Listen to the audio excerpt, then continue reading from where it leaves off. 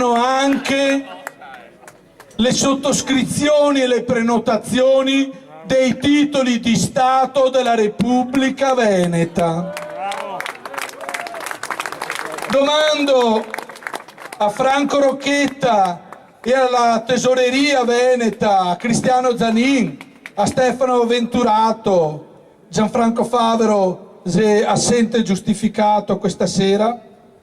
di raggiungerne, di farsi sostituire all'attività a chi sta portando avanti, per mostrare insieme a Franco le prime forme grafiche di Veneto Casnà.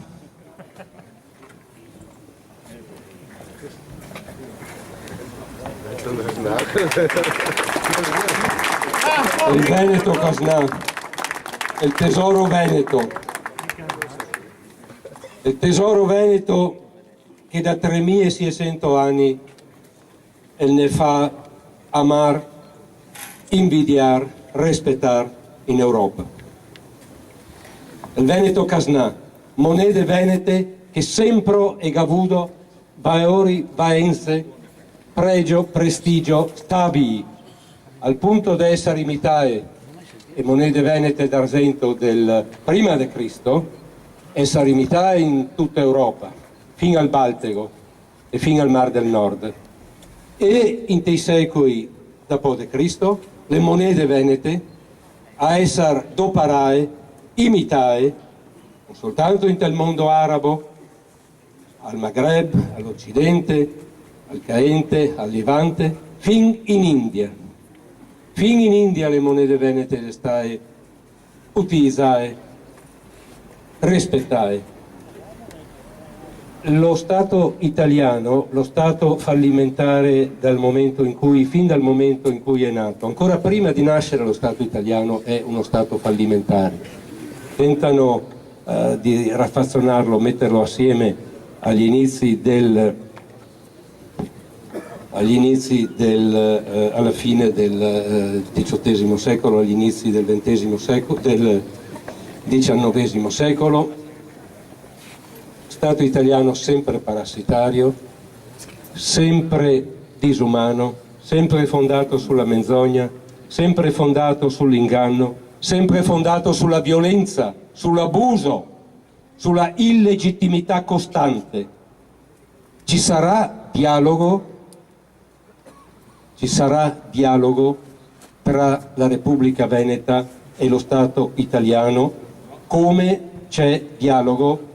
fra la Federazione Russa e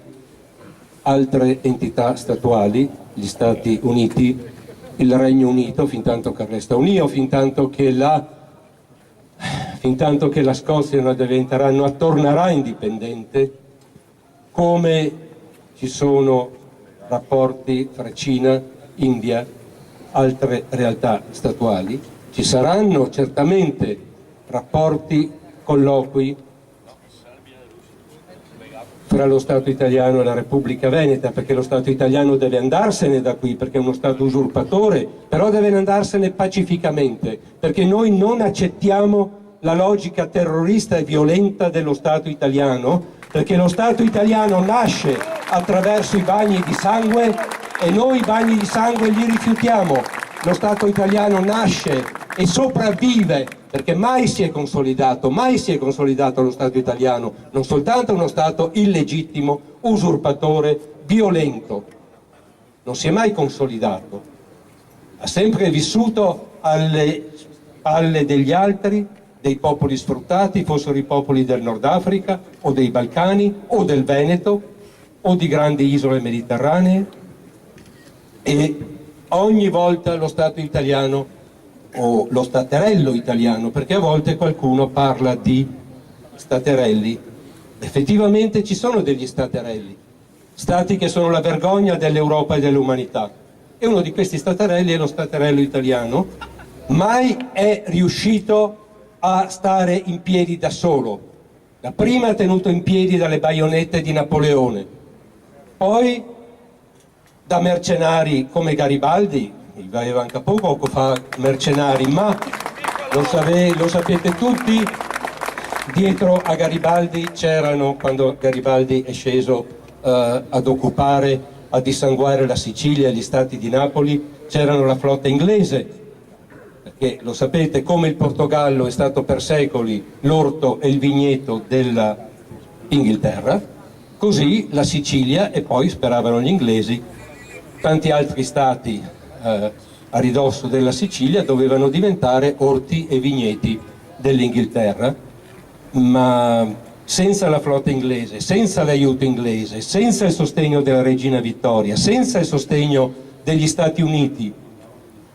Garibaldi nulla avrebbe potuto realizzare. Sono stato con grande disagio, ho scalato una montagna nella British Columbia, una montagna che gli indigeni continui, le nazioni originarie della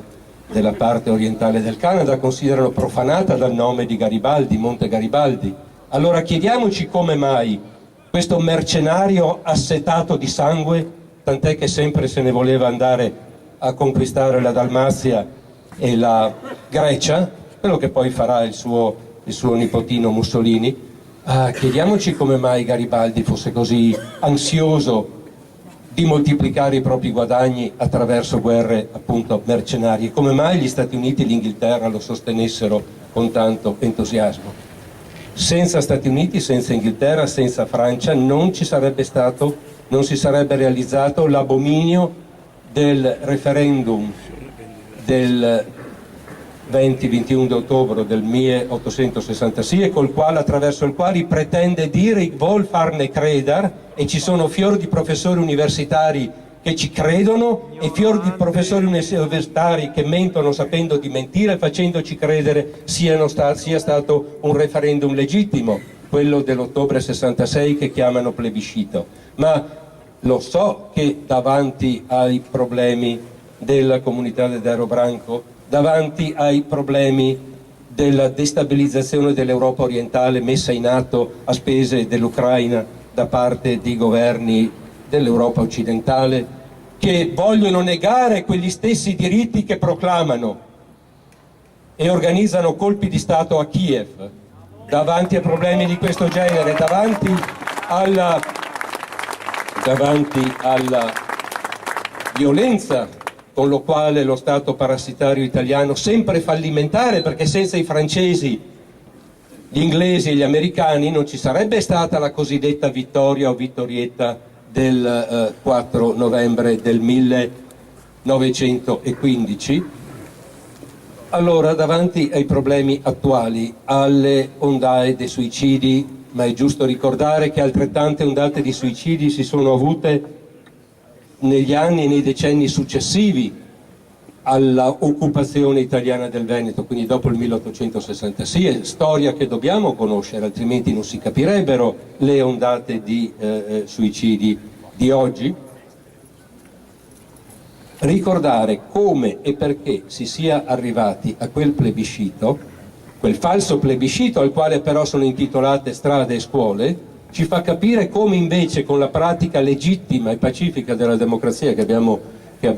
realizzato nel mese di marzo si torni ad essere padroni dei nostri destini in Europa e si concordi pacificamente e non terroristicamente come vorrebbe lo Stato italiano, si concordi l'uscita dello Stato italiano da casa nostra, si concordi la restituzione dei palazzi, delle ambasciate, delle isole della laguna, dei rifugi alpini, di migliaia, di decine e migliaia di edifici e di ettari della patria veneta che sono usurpati dai soldati italiani, che sono usurpati dall'esercito italiano. Cosa fa l'esercito italiano qui? Cosa porta di positivo l'esercito italiano qui? Allora sono stato dissanguato da un generale italiano perché ricordavo la pratica iniziata da Napoleone e poi continuata da praticamente tutti i generali italiani di fornire sostanze psicotrope, droghe, la cantaride prima, l'eroina o la cocaina poi ai soldati per eccitarli, per tenere alto il tricolore che per noi veneti vuol dire soltanto lutti e fame. Quindi non ho paura di ricordare queste pratiche infami E dico e chiedo che fin tanto che tutte le caserme dello Stato italiano che occupano illegittimamente i nostri edifici, che occupano illegittimamente il territorio veneto, in forza del plebiscito truffa dell'ottobre del 1866, finché non saranno restituite a noi, così come i palazzi, il Palazzo Ducale, il Palazzo del Governo Veneto, isole, valli, montagne intiere, corsi d'acqua, perché la sovranità veneta al momento non si estende nemmeno ai principali canali e specchi d'acqua o fiumi del Veneto. L'usurpazione è massiva. Il parassitismo italiano, perché lo Stato italiano nasce parassita con Melzi Deril, sarebbe da discutere, che ma dopo domande mattina sarei ancora qua. Allora, il parassitismo italiano è la caratteristica fondante dello Stato staterello italiano. Durante la Prima Guerra Mondiale le stesse truppe francesi, inglesi ed americane sono attaccate dai veneti, dalle donne, dagli anziani veneti, perché gli uomini in età da divisa sono mandati al massacro sui fronti della grande guerra tricolore contro il Veneto. Ma la popolazione che non è in armi, che non veste quel vergognoso grigio-verde, la divisa della schiavitù, la popolazione nostra attacca i convogli francesi, attacca i convogli americani, attacca i convogli inglesi, e i soldati americani, i soldati di Woodrow Wilson, i soldati inglesi, i soldati francesi, gli ufficiali francesi, inglesi e americani sono turbati perché i veneti gridano loro, le donne, gli anziani: andatevene, de via da qua. Senza de voi altri l'Italia sarebbe già desfantà, senza la presenza francese, inglese e americana l'Italia si sarebbe desfantata, scomparsa come neve marcia e inquinata al sole, perché l'inquinamento è un'altra delle caratteristiche fondanti dello Stato italiano, inquinamento morale, inquinamento fisico, tant'è che grazie, in conseguenza, per colpa dell'occupazione italiana del Veneto, il Veneto è oggi una delle aree europee più inquinate, dove le malattie e conseguenze di inquinamento sono a livelli terribili. E anche di questo anche di questo ci tengono all'oscuro. Questa è la Prima Guerra Mondiale. La Seconda Guerra Mondiale, lo sapete benissimo, di staterelli italiani ce ne sono addirittura due. Uno con i ministeri concentrati a Salò, ma di fatto con la testa e il cuore, come sempre, a Milano, e l'altro con ministeri e strutture dapprima a Salerno. Quindi uno staterello italiano al nord, uno staterello italiano al sud, e stanno in piedi l'uno grazie agli anglo-americani e alla mafia, l'altro grazie alle truppe tedesche, al nazionalsocialismo, che è figlio, lo sapete benissimo, di Napoleone, Garibaldi e Mussolini. Senza aiuti internazionali, senza il saccheggio continuo delle nostre ricchezze, e a latte che ne molde e a sangue che ne ciuccia, e senza l'appoggio di grandi stati come la Germania, come la Francia, lo Stato italiano non starebbe in piedi. Quindi, scusami se mi ha sostrassinare, so di dirvi la 20ª parte di quel che vorrei dirvi. Grazie a iniziative come queste, che sono pienamente, totalmente in linea con la legittimità veneta, che da 3600 anni si manifesta attraverso monete che valgono tanto quanto dichiarano di valere, e questo è un primato rarissimo nel mondo. Grazie ad iniziative come questa lo Stato italiano viene smascherato, no il re desnuo, nemmeno il gigolò spogliato o la vergine barbuta, quella mostruosità, quell'entità che sta in piedi contro ogni legge di natura, contro ogni legge della storia, contro ogni legge dell'economia, grazie soltanto ad interessi di complici interni, mafia, camorra, 'ndrangheta, per parentesi, la mafia diventa quel che è soltanto dopo la nascita dello Stato italiano, soltanto grazie allo Stato italiano e non prima. E appoggi esterni, allora semplicemente con operazioni limpidissime, in linea con la nostra storia, col nostro diritto, con la nostra civiltà, smascheriamo lo staterello italiano, violento, violentissimo con i veneti onesti, criminale sì, cala le braghe e anche qualcos'altro continuamente davanti a chi fa la voce grossa, ma davanti ai veneti che hanno una serie di ordini, di principi morali sconosciuti a molti altri stati, sconosciuti anche a quel pubblico ministero, Lenzi mi pare si chiamasse, che io ho studiato per 3 ore al 5 del mese di aprile a Treviso, e per 6 ore l'ho studiato il 15 di maggio a Brescia, nel territorio della Repubblica Veneta. A Brescia per 6 ore l'ho studiato. Quel pubblico ministero nulla sa, nulla capisce della società nella quale opera, perché opera a Brescia, cioè opera nella sfera culturale e civile veneta. Nulla ha imparato di questo, nulla imparano soltanto la forza del ricatto. Noi non siamo violenti come loro, noi non siamo terroristi come loro. Leggetevi le dichiarazioni del senatore Pellegrino su come Cavour ha destabilizzato uno dopo l'altro un gran numero di stati europei per magnarseli, anzi per darli al suo re, ai suoi Savoia, ai loro interessi nobiliari, feudali, piemontesi e milanesi. Come hanno organizzato la violenza, la destabilizzazione che poi portano a Piazza della Loggia ancora a Brescia. Questo è lo Stato italiano, lo Stato della strage di Brescia, lo Stato della strage di Piazza Fontana. Questo è lo Stato italiano. Noi non accettiamo la logica di questo Stato terrorista, lo Stato che falsifica sistematicamente i plebisciti come quello nostro, pseudo plebisciti come quello realizzato a spese nostre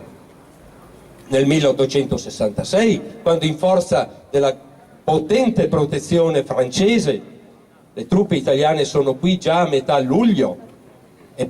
sono truppe 3 volte più numerose di quelle asburgiche, poliziotti, spie, infiltrati, agenti come quelli che stanno girando adesso. Alcuni sono brave persone e speriamo possano essere agenti seri ed onesti della Repubblica Veneta, ma lo Stato italiano ha moltiplicato le spie, i provocatori, i diffusori di bombe, i militari, i gendarmi, e sono stati questi che hanno votato, perché il grosso del voto falso dell'ottobre del 66 non è realizzato da veneti impauriti o servili o pronti ad inchinarsi ad un nuovo padrone, ma da masse militari che votavano di paese in paese si spostavano per votare per arrivare a quei risultati disgustosi che però infangano le nostre piazze attraverso monumenti, attraverso lapidi. Tutto questo nel mondo lo sanno. Bastava soltanto che, come succede ad ogni generazione, come succede ogni 10 anni, ogni manco anni, come succede in tutti i giorni nelle famiglie venete oneste, se si tirasse su le maneghe e se si mettesse a fare un lavoro, un tegio comune per il buon piovego, un lavoro comune per il bene, per l'interesse di tutti noi. Così si riorganizza la Repubblica Veneta, così gli stati stranieri, anche quelli più altezzosi con la puzza sotto il naso, sono costretti a diventare, ad essere, perché noi li chiamiamo davanti al Tribunale della Storia, ricordando loro anche i crimini dei quali si sono macchiati nell'arco del XIX e del XX secolo, ad essere garanti della transizione dolce, pacifica, fra l'usurpazione e l'occupazione illegittima del territorio, della società, delle coscienze venete da parte dello staterello italiano e la Repubblica Veneta, che grazie a sti tosati e ste veetose desidera riorganizzarsi.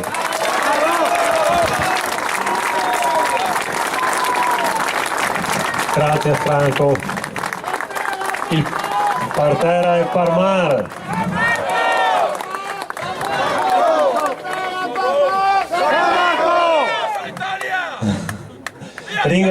Ringraziamo Franco Rocchetta, il pioniere dell'indipendentismo veneto, che ci ha riconosciuti che ci ha riconosciuti in plebiscito i suoi eredi.